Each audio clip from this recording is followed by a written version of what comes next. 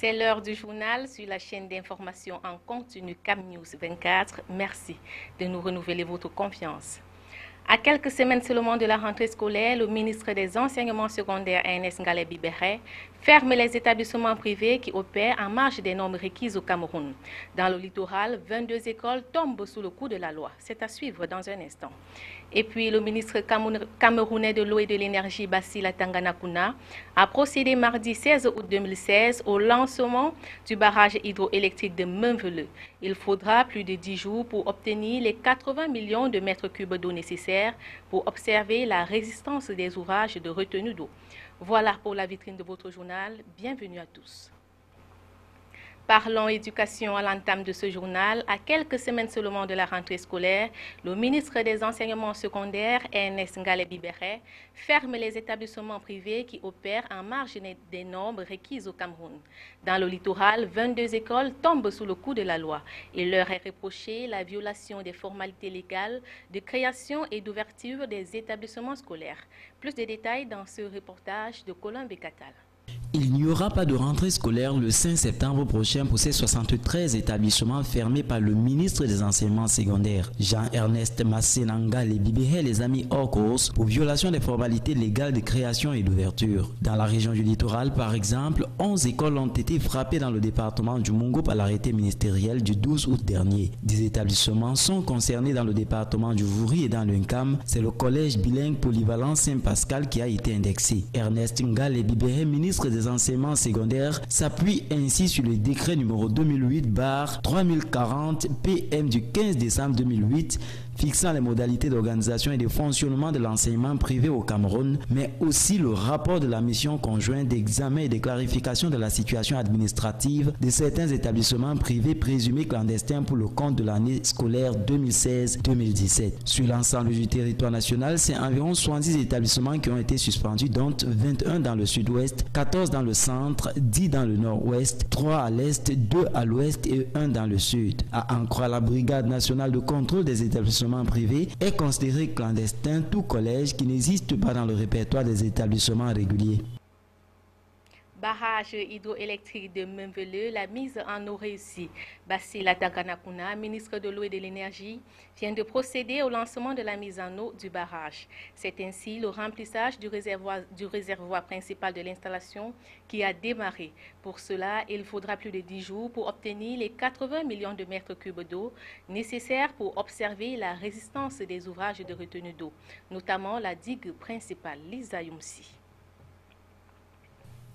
En construction depuis 2012 dans la région du Sud Cameroun, le barrage hydroélectrique de Menveleu va produire dès juin 2017 211 MW destinés au réseau Interconnexion Sud. Cet ouvrage permettra de renforcer la politique du gouvernement en matière énergétique, étant donné qu'il procédera à la réduction du déficit actuel. Cette politique passera par la valorisation des ressources hydrauliques et la diversification des bassins de production que compte le pays, vu qu'il dispose déjà d'une production de 600 MW dont 200 provient du barrage TDA et 380 de son Loulou. En prévision de cette mise en eau effective, le texte de déclenchement de la lame a bien été effectué sur la supervision du chef de mission de maîtrise d'œuvre. Pendant ce temps, le montage des pylônes pour la ligne de transport d'énergie se poursuit. Le projet d'une valeur de 400 milliards de francs CFA environ devrait faciliter l'augmentation de l'offre énergétique au Cameroun en sécurisant notamment le réseau interconnecté. Préparatif de la CAN 2019, le gouvernement de la République du Cameroun a procédé ce mardi à la signature de 2 accords de crédit d'un montant cumulé de 139 milliards de francs CFA avec la banque italienne Intesa San Paolo, des finances destinées au projet de construction du complexe sportif de Yaoundé à Olembe. Les détails avec Salomon Foué, Marcel Mvondo et Éric Tichu. Un stade d'une capacité de 6000 places assises, 2 terrains d'entraînement, l'aménagement des espaces commerciaux et des structures d'hébergement d'une capacité totale de 70 chambres. C'est l'architecture des futurs complexes multisports de Yaoundé pour lequel le gouvernement a signé ce mardi 16 août 2016 le deuxième accord de crédit d'un montant cumulé de 139 milliards de francs CFA avec la banque italienne Intesa Sanpaolo. À travers ce document paraphé côté camerounais par Louis-Paul Motazé, le ministre de l'économie, de la planification et de l'aménagement du territoire, et côté italien par le chargé d'affaires de l'ambassade d'Italie, la banque italienne Intesa Sanpaolo s'engage à accompagner le Cameroun dans le financement du projet objet des présentes conventions et dont le coût global est estimé à 163 milliards de francs CFA. L'apport de l'institution financière italienne qui représente 85% du coût global du projet s'élève à environ 139 milliards sous forme de crédit décliné en 2 volets. Un crédit acheteur d'un montant de 111,52 milliards de francs CFA garanti par l'agence du gouvernement italien et garanti par l'Export, et un crédit commercial lié d'un montant de 27,27 milliards de francs CFA. Ce financement sera complété par une contrepartie camerounaise de 24,45 milliards de francs CFA représentant 15% du coût global du projet. De la maquette présentée aux membres du gouvernement et aux responsables de la Fédération camerounaise de football impliquée dans la réalisation de cet ouvrage, il ressort que le futur complexe multisport de Lembe sera calqué selon le modèle du complexe sportif de la Juventus de Turin. Il sera réalisé par une entreprise de droit italien et livré en fin juin 2018. Suivons à présent le président de la Fédération camerounaise de football, Tombi Aroko Sidiki. Je pense que c'est l'un des actes les plus importants de cette organisation parce que là, nous venons d'assister à la signature de ces accords-là avec l'entreprise Pitini. Et donc, nous pensons que le Cameroun va donc accueillir sur son sol l'une des meilleures infrastructures du football qui va exister dans notre continent africain. On est très contents aujourd'hui, mais ce n'était pas la convention et les signatures de la convention qui étaient importantes pour nous pour commencer le travail. On a commencé le travail depuis 4 mois ou 4 mois et demi. Et bon, le travail va continuer, on respecte les délais. Même sans convention, sans rien, avec le contrat, avec notre confiance et relation avec le peuple camerounais. On a commencé le travail, on a fini toutes les études, on a fini tous les déforestages, on a fini un grand pourcentage de travaux de terrassement. Et en fait, on va être prêt pour commencer avec les fondations et les structures dans quelques semaines, quoi.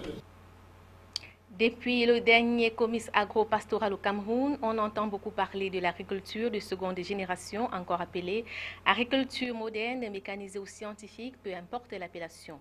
La différence avec la pratique artisanale se situe sur plusieurs volets. Est-elle une réalité au Cameroun et quelles en sont les particularités? Plus de précisions avec Justice Toutoum.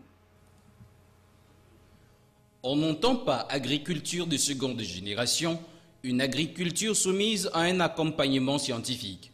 Différente de l'agriculture de première génération ou artisanale, celle-ci prend en compte machines de culture, de récolte, voies de conditionnement des intrants agricoles. Ici, les agriculteurs doivent, pour la mener à bien, s'assurer une exploitation rationnelle des sols en faisant appel à une étude de la fertilité des espaces cultivables pour les différentes espèces végétales, sans oublier la sélection des semences et bien d'autres facteurs. C'est sur cette voie que le Cameroun est engagé depuis le dernier comice agro-pastoral. C'est un cap, c'est une ambition noble, lancée par le chef d'État au comice agro-pastoral national 2011 à Ibolova. C'est un processus, c'est une ambition, c'est un standard à atteindre. Contrairement à la pensée populaire, la transition de l'agriculture artisanale à l'agriculture de seconde génération n'est pas spontanée. Pour arriver à cette fin, il y a des étapes à franchir. Il y a un certain nombre d'obstacles à lever. Et c'est ce qui est fait depuis ce comice-là. Si ces projets qui donnent le financement aujourd'hui, si ces machines agricoles qui sont mises à la disposition des paysans artisans, parce que je vous annonce qu'ici dans le littoral, nous avons déjà un pool d'engins libres qui a 10 tracteurs de 75 chevaux vapeur chacun, des semoirs, des motopompes et beaucoup d'autres équipements motorisés de grande valeur. En somme, il ne serait pas convenable d'affirmer l'effectivité de l'agriculture moderne au Cameroun, malgré les améliorations en cours. Mais d'après le délégué régional du Minader, le programme national harmonisé des techniques d'évolution irrelative avance sûrement, malgré quelques difficultés. Au-delà de nos frontières, 82 000 personnes ont été évacuées en Californie devant l'avancée du gigantesque incendie qui s'est déclaré mardi matin à l'est de Los Angeles et se propage très rapidement. En l'espace de 24 heures, 7 200 hectares sont déjà partis en fumée. L'état d'urgence a été déclaré afin de mobiliser toutes les ressources disponibles pour venir à bout du feu. Pour l'heure, 1200 pompiers luttent contre les flammes et tentent de protéger les 35 000 maisons menacées par le feu. En Californie, 82 000 personnes ont été évacuées devant l'avancée de Blue Cut. Le gigantesque incendie s'est déclaré mardi à l'est de Los Angeles et se propage très rapidement. Après 5 années de sécheresse, les forêts californiennes sont desséchées et en l'espace de 24 heures, 7 200 hectares sont déjà partis en fumée. L'état d'urgence a été déclaré afin de mobiliser toutes les ressources disponibles et venir à bout du feu. Pour l'heure, 1200 pompiers luttent contre les flammes et tentent de protéger les 35 000 maisons menacées par le feu. La Californie fait déjà face à 2 incendies de grande ampleur. Au nord, le Clayton Fire a déjà réduit en cendres 1600 hectares, alors que dans le centre, 2800 hectares ont été calcinés par le Chimney Fire. Toujours à l'étranger, la police brésilienne a arrêté ce mercredi à Rio Patrick Riquet, membre irlandais du Comité international olympique et chef des comités olympiques européens. Il est accusé d'appartenir à un réseau de vente illégale de billets pour les Jeux olympiques de Rio. La police brésilienne a arrêté ce mercredi à Rio Patrick Hickey, membre irlandais du Comité international olympique et chef des comités olympiques européens. Il est accusé d'appartenir à un réseau de vente illégale de billets pour les JO de Rio. Également président du Comité olympique irlandais depuis 27 ans, il a été interpellé à son hôtel à l'ouest de la métropole brésilienne, à proximité du village olympique. L'homme de 71 ans a alors été victime d'un malaise et a dû être hospitalisé.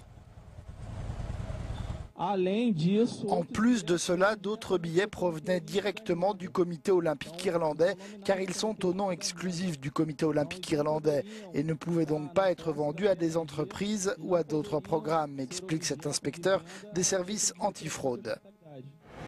La police avait déjà annoncé lundi avoir lancé 4 autres mandats d'arrêt. Ces 5 hommes sont accusés d'avoir vendu des billets pour les JO de Rio à un prix très élevé après les avoir récupérés illégalement auprès d'entreprises agréées par le comité olympique irlandais. Dans la même affaire, les services antifraude avaient annoncé la semaine dernière l'arrestation d'un autre Irlandais et de 10 Brésiliens. À retenir de ce journal qui s'achève à moins d'un mois de la rentrée scolaire 2016-2017, Ernest Ngalé-Bibéré, ministre des Enseignements secondaires, vient de suspendre 75 écoles sur l'étendue du territoire national qui, en principe, vont devoir garder leurs portes fermées. Selon l'arrêté signé le 12 août dernier par le ministre, il est reproché à ces collèges la violation des formalités légales de création et d'ouverture d'établissements.